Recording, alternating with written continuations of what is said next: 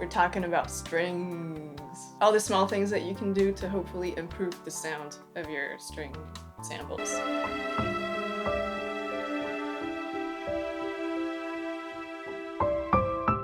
Hello, it's a beautiful day, so naturally I'm staying indoors and filming a video because this is what I do for fun, apparently. I'm gonna change your life today. It's gonna be incredible, if I may say so. Strings are kind of an important part of a lot of genres of music, and it's such a hassle and problem to find a string library that you're happy with, and they can be super expensive and sometimes sound kind of strange. I feel like it's a matter of personal taste a lot of the time. But today I want to talk to you about this free plugin that you might know about and what I do to make it sound better. So tips and tricks for cheaper string plugins that maybe don't have all the bells and whistles because you're not ready to pay $700 for some strings, but you want to have some control over the quality of the sound that you're getting. So I'm using a track that I made a couple years ago to show you some of the techniques. It's a rescore of a scene from the movie Unfaithful, and I had written a really sweet, romantic and nostalgic track.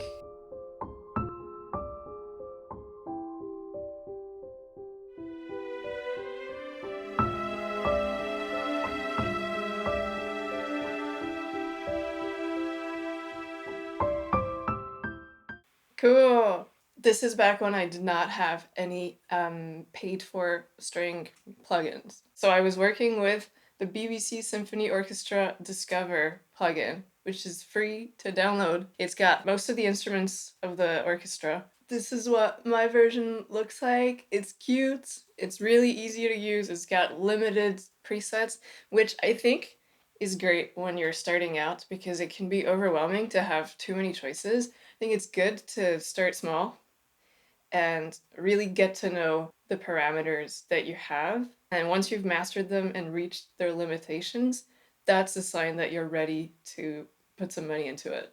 I'm gonna show you some stuff.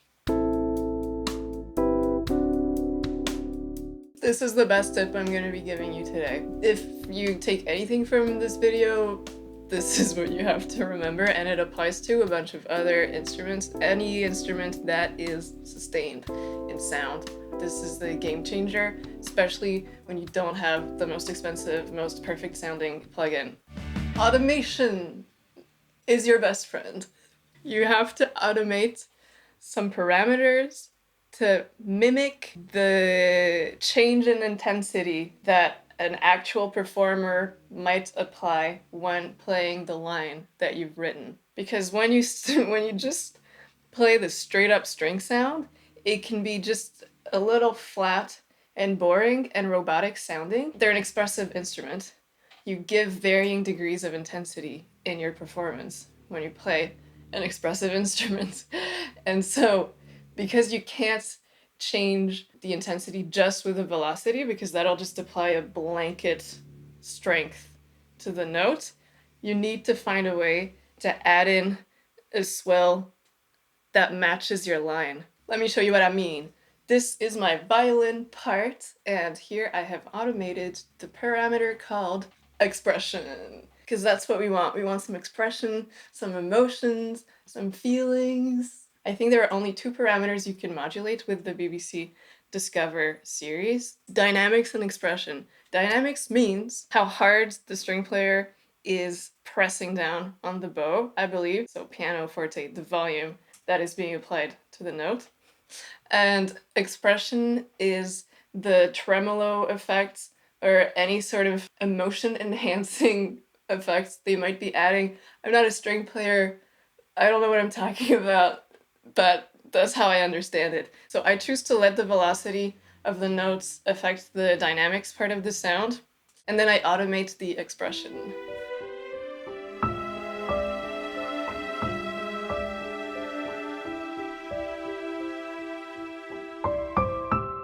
So as you can see, I raise it when the line needs to swell up, and then I reduce it Anytime there's a note that ends and there's silence and then they play again, if there are rests in between sections, then I do a fade out of the expression with the automation and then fade back in. Even if it's a quick fade in, I think it adds a little bit of a more natural sound. Here, pause, I'm fading down. And fade back up. Beautiful. These little brown lines that you see are the automation that I've applied. And if you look closely, you can see that they're not the same for all the tracks because I'm going full custom, not just putting a blanket automation on all the tracks. Each part plays different notes in different rhythms, and so each part is getting its own automation.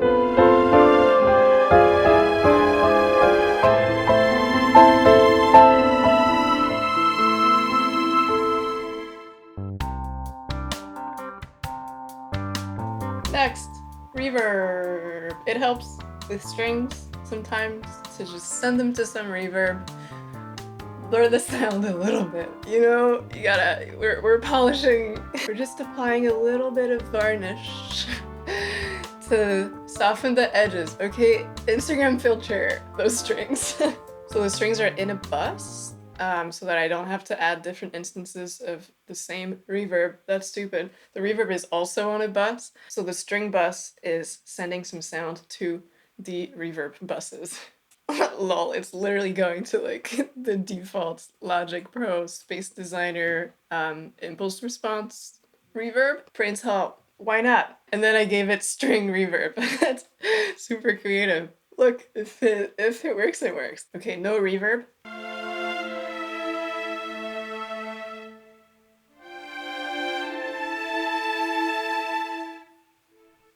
Now, yes, reverb.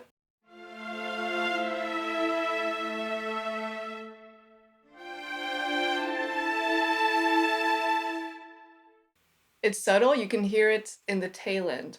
When the strings stop playing, the sound continues just a little bit.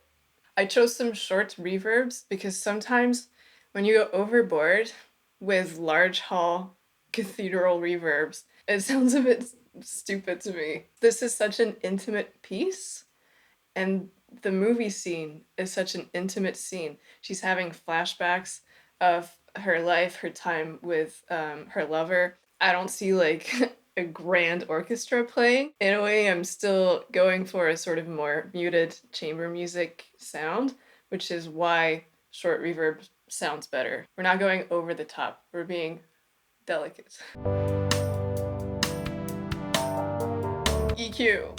I added a little dip in all of the string tracks, around 4K, 6K, 3K sometimes. It just makes them sound a tiny bit sweeter, in my opinion.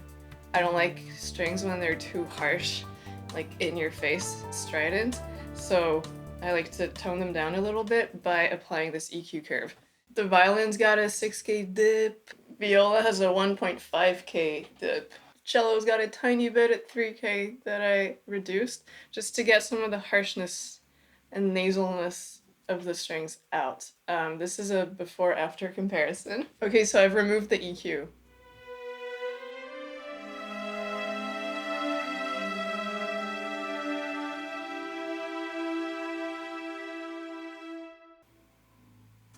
Now with the EQ back in.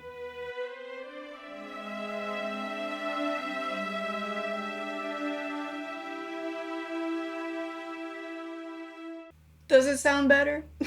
I don't know, honestly. I don't even know anymore. God, it's really subjective.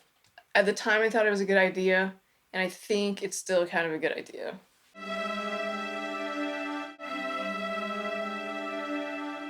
Alright, so we've added automation, we've done some EQ, we have added some reverb.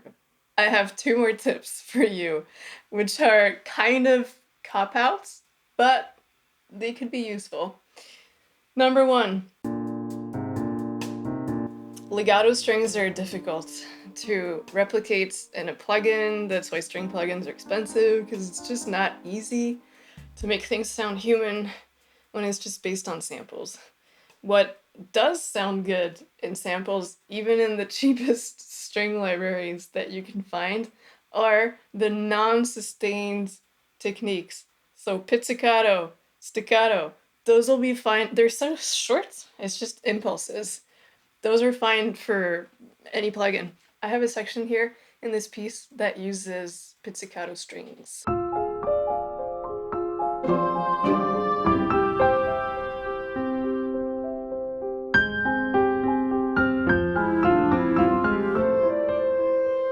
As you see, there's no automation. This is way easier, way quicker. I still did split the notes between the parts, so the violin's playing the highest, cello's playing the lowest. This is not a rule. Like, it sounds really good sometimes to get the cello playing high up melodies, but if you can't be bothered to think about it, it's just easier to go that way. Descending order of what the instrument's pitch is.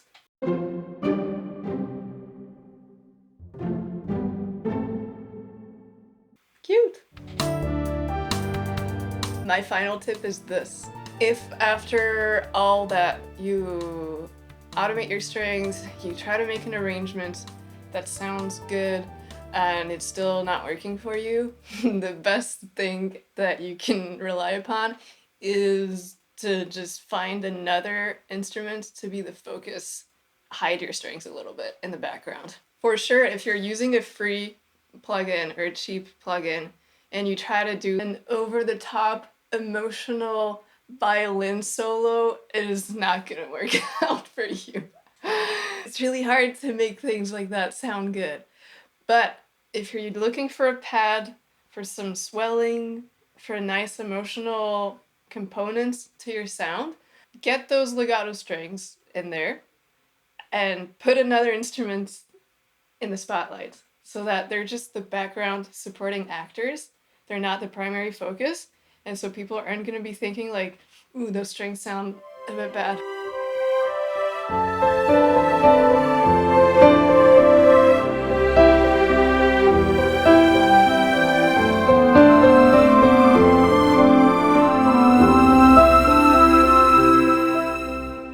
Does it sound perfect?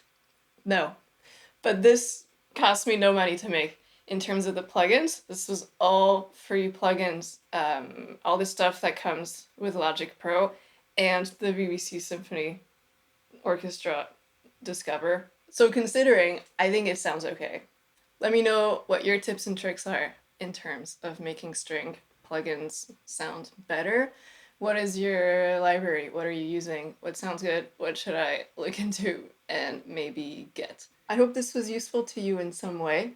Good to see you. I'm gonna go outside now because the weather is way too nice today for me to just plonker about on my computer like I always do. Bye.